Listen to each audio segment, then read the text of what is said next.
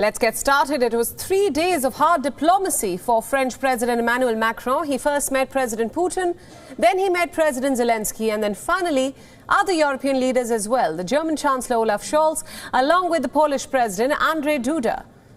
Now, what was the focus of all these almost back-to-back meetings? That's a big question. Well, preventing a war in Europe was the prime focus. The leaders of Germany, France and Poland met on Tuesday to discuss ways to de-escalate tensions over the Russian military build-up on the border of Ukraine. All leaders were united in their message. Europe's common goal currently is to prevent a war, which would be catastrophic for the continent if Russia was ever to attack Ukraine. The Polish President Duda noted that this was most difficult as a situation that Europe has faced since the year 1989, which was the year of the fall of the Berlin Wall. Et nous allons continuer d'agir dans les semaines qui viennent, avec des objectifs simples. Le premier, ça a été dit, éviter la guerre. La paix et la stabilité du continent européen sont notre trésor, et nous considérons que notre devoir est de tout faire pour le préserver. La deuxième chose, c'est consolider et défendre à chaque instant l'unité des Européens et des Alliés. Unser Austausch zu diesem Zeitpunkt wird daher ganz besonders gewinnbringend sein, denn uns alle eint ein Ziel, den Frieden in Europa zu erhalten, durch Diplomatie und durch klare Botschaften und die gemeinsame Bereitschaft, einig zu handeln. The focus will now turn to separate talks involving high-ranking officials in Berlin on Thursday, which Ukraine hopes could pave the way for another Normandy format summit between the leaders of Ukraine, Russia, France and Germany. The Normandy format of talks aim to revive the stalled peace plan for Kiev's conflict with Moscow-backed separatists. Russia wants Ukraine to offer concessions to the Russian-backed rebels who have been fighting Kiev since 2014 in a conflict that has claimed more than 13,000 lives. But the Ukrainian President Zelensky has laid out 3 red lines that he says he will not allow to be crossed to find a solution.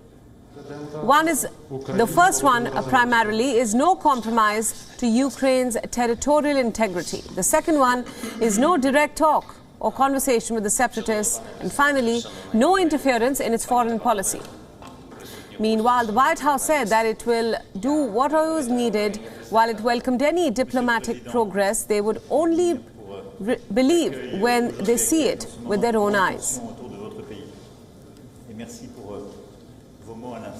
The president spoke with President Macron twice over the last week, including on Sunday, the day before he spoke with President Putin, and I expect he'll speak with him soon again. But it's also important to note that there are others. The German Chancellor, who was just here yesterday, is also meeting with President Putin tomorrow, and certainly if there is diplomatic progress, we would welcome that, but we will believe it when we see it with our own eyes at the border.